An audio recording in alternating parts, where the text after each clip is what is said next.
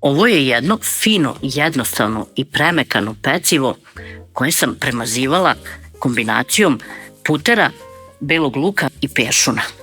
Ako ovako isečete, idealno je za goste, a možete da poslužite i deci ako ih samo ovako presečete na pola.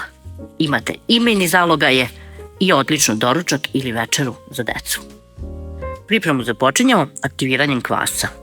30 g svežeg kvasca ili 10 g suvog, 1 kašičica šećera, 1 kašičica brašna i 200 ml toplog mleka. Sve to sjedinemo u jednoj manjoj posudi, promešamo i ostavimo oko 10 minuta da odstoji kako bi nam se kvasac aktivirao. Treba nam 850 g mekog brašna. Ukoliko nemate vagu, možete i da merite čašom od 200 ml, jedna čaša 120 g,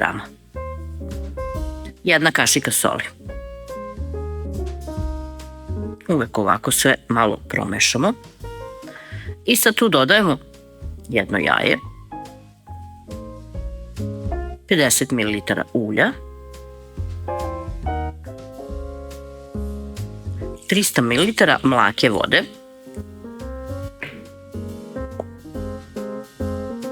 i aktivirani kvasac.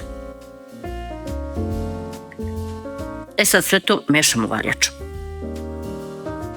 Ko ima mesilicu, može sve da stavi u nju, ili ako vam je lakše rukom, a vi odmah mesite rukom.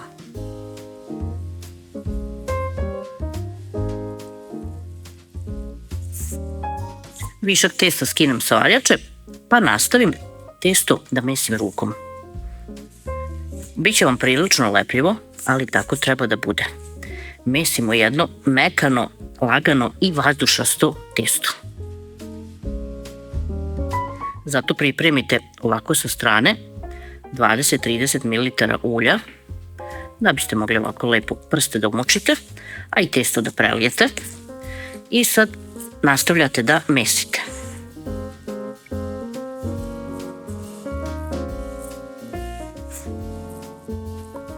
Sad kad testo ovako postane i ponovo počne da se lepi za ruke, ja ga sad trenutno jako lagano pritiskam.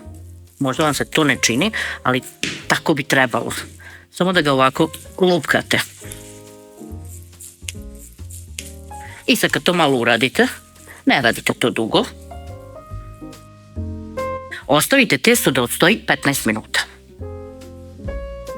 Skinemo krpu, uzmemo malo ulja pa ovako cijelo testo pouljimo. Isto to uradimo i sa rukama kako nam se ne bi zalepilo. I sad opet malo premesimo.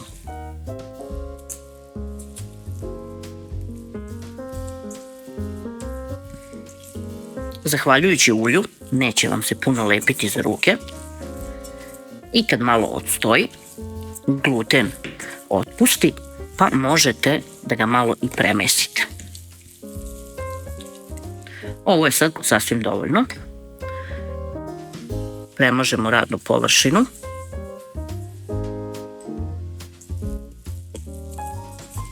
Pa testo spustimo, kako nam se ne bi zalepilo, zato smo i mazali.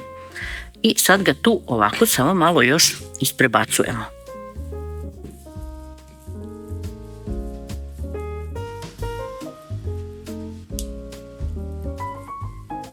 Fino ga zaokružimo. Zatim ga delimo na 8 delova.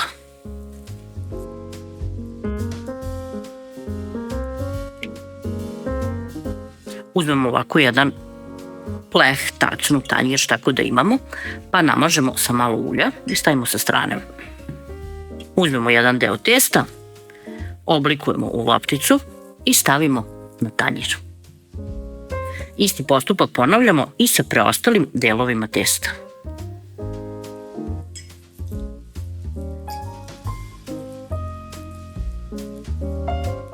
Sve delove testa ovako poslažemo, između ostavimo malo mesta, pa premažemo uljem da nam se ne zalepe. Kad to uradimo, onda ih ovako malo samo još premažemo od gore. Ovo je jako mala količina ulja, da se ne uplašite da je masno. Nisam utrošila ukupno u cijelo testo ni 100 ml. Prekrijemo krpom i ostavljamo opet da odstoji 15 do 20 minuta. Za nadev ću spasirati 250 g feta sira. Možete da koristite bilo koji drugi. Preporučujem uvek slanije i masnije, jer je onda bilo koje pecivo ili pita mnogo ukusnije. Obavezno posolite ako nije slano, ja neću, ova feta je dosta slana. Dodajem jedno jaje i sad ću da ispasiram sve zajedno. Ukoliko bude gusto, dodat ću malo kisele pavlake ili grčkog jogurta, šta se nađe u frižideru. Ovaj put je to grčki jogurt, inače bude kisela pavlaka. Ukoliko koristite neki mekši sir, neće vam biti potrebno, ali onda ćete imati manje nadeva. Sad nam je ostao onaj skoro pa zadnji deo. Uzimamo jedan po jedan deo testa, stavljamo na radnu površinu, pa ovako ovalno razvlačimo. Potrebno nam je malo brašna.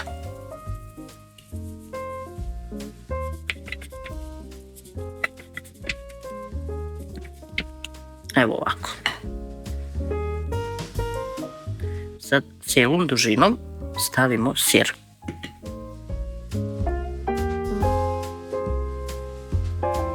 I onda ovako zatvorimo.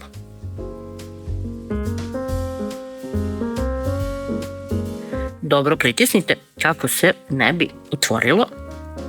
Pa sad ovako rukom. Pa okrenete i ovako stavite u pleh. Ajmo sad sljedeću.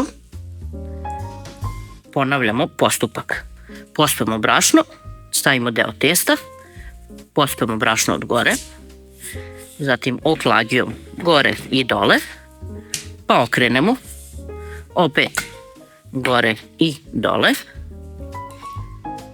nadev po sredini,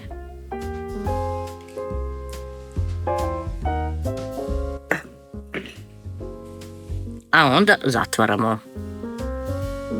Opet dobro pritisnemo u oba pravca da nam se ne bi otvorilo. Veoma je bitno da se ne otvori. Potapkamo rukom, okrenemo i ovako naopako stavimo u pleh. Pošto završimo, oba pleha pokrijemo krpom i ostavljamo da odstoji 30 minuta. Ovdje imam 70-80 grama blago otopljenog maslaca. Tome ću dodati jednu kašičicu belog luka u granulama i jednu kašiku sušenog peršunovog lista. Sve to sad mešam.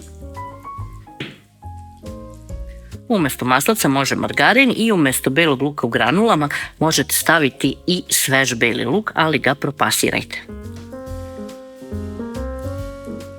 Premaz nam je gotov.